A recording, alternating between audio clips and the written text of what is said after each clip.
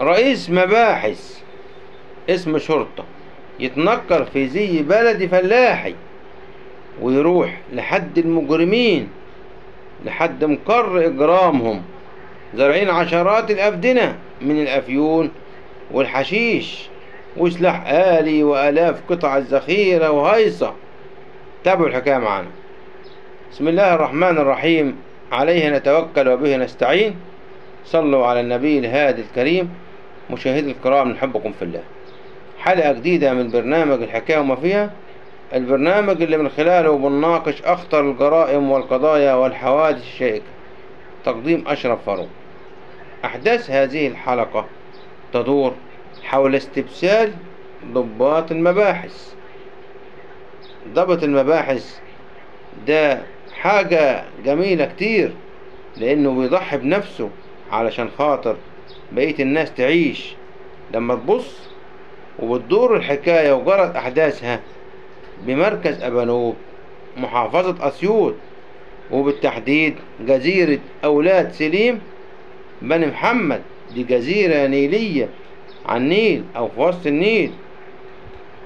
تنامى إلى ذهن المقدم أحمد عاصم رئيس مباحث اسمه مركز شرطة أبانوب أسيوط إن أولاد سليم دولة عندهم جزيرة في بني محمد كلها مزروعة حشيش وأفيون ومخدرات. طبعا يعمل إيه؟ بدأ مخه يشتغل ويفكر معهم ساعديه، وتصوب رأيهم إنهم يعملوا حاجة ما تخطرش على بال هؤلاء المجرمين المتمردين اللي هم بيتاجروا في المخدرات والأفيون. مزرعة كبيرة. طب يدخلهم إزاي؟ من هنا أي حد بيزرع الأفيون أو مخدر الحشيش أو ما شابه ذلك بيبقى الناس دي أو تجار الكبيرة لهم عيون في كل مكان.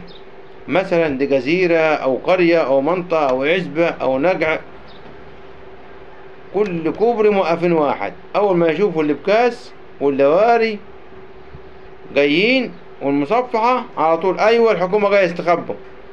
لكن ما فعله المقدم أحمد عاصم يعني يترفع له الشعار كما يقولون. اتنكر في زي فلاحي بلدي ولبس جلابية بلدي وعمة ولاسة، هو والأمناء ومعاونيه والضباط والمخبرين، ويعتبر القوة الأمنية كلها بتاع المركز. وقالوا نعمل ايه؟ نتكل على الله. وطبعا شايلين يعني كفنهم على ايديهم، لأن دي هي البداية والنهاية للشرطة. من ساعة ما دخلوا كلية الشرطة إنهم مهمتهم الوحيدة والرئيسية حماية الأرواح ومحاربة الإجرام والمجرمين، تمهيدا من ساعة إلقاء القبض عليهم تمهيدا لإيداعهم حبس الاحتياطي للقضاء المصري والنيابة العامة. من هنا الضابط المقدم أحمد عاصم رسم الخطة بعد الأمن العام منسق معاه وإدارة البحث الجنائي بمديرية أمن أسيوط، ورسم الخطة وحدد ساحة الصفر. ومشي هو والطقم بتاع القوة بتاعته بتاع اسم شرطة أبانوب في عربية غير العربية بتاع المصفحة أو الابكاس، وراحوا هناك. طبعا جزيرة أولاد سليم بني محمد ماشيين بالعربية، كانت ميكروباص ولا أجرة عربية 2 3. طبعا محدش شك فيهم، ناس راكبة ورا بهدوم وناس راكبة قدام بهدوم. مفيش حد لا قال لهم ده كاني ولا ماني، لأن يعتبر سرية تامة. استعينوا على قضاء حقوقكم بالكتمان، دي سرية تامة، واتكلوا على الله. أول ما جو في نص الجزيرة شافوا المجرمين دول قاعدين. يبقى المجرمين إن كان حسوا بحاجة عرفوا إنهم شرطة في آخر لحظة بدأوهم بإطلاق النار، أو هم اللي بادروا بإطلاق النار. كان المقدم أحمد عاصم رئيس مباحث اسم شرطة أبانوب رد عليهم هو والقوة اللي معاه. تم إصابة واحد من هؤلاء المجرمين تجار المخدرات دولة، وتم إلقاء القبض على باقي كل الناس التشكيل العصابي ده.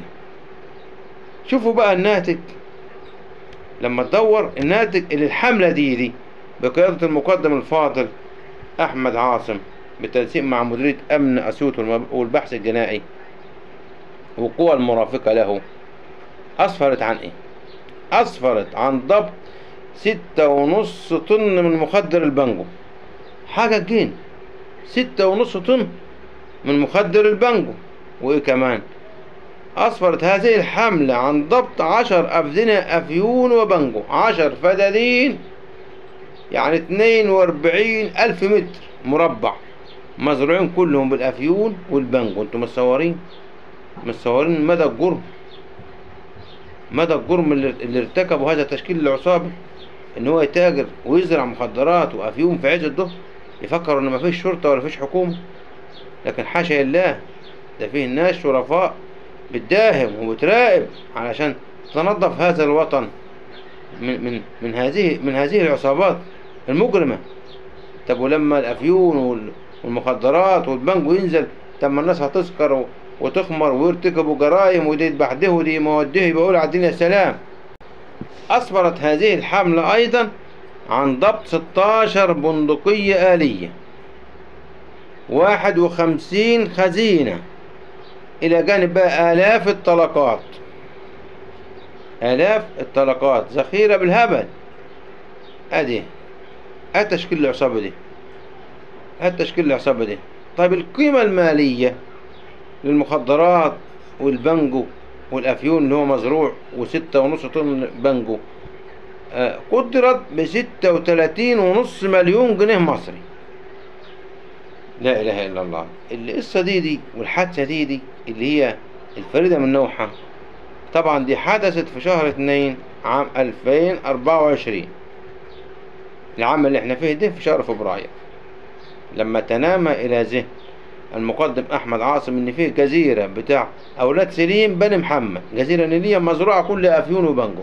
الراجل تنكر طبعا بالتنسيق مع مديرية أمن أسيوط والبحث الجنائي والأمن الوطني والأمن العام، كل التشكيلات الحكومية، ووقت مباغت وفاجئهم، لأن بند المفاجأة أو المباغتة هو أساس نجاح كل عملية. ورجعت القوة سالمة غانمة ورابحة غنايم لا تعد ولا تحصى. 6.5 طن بانجو، 10 أفدنة مزروعة أفيون وبانجو، 16 بندقية آلية، 51 خزينة، آلاف الطلقات النارية.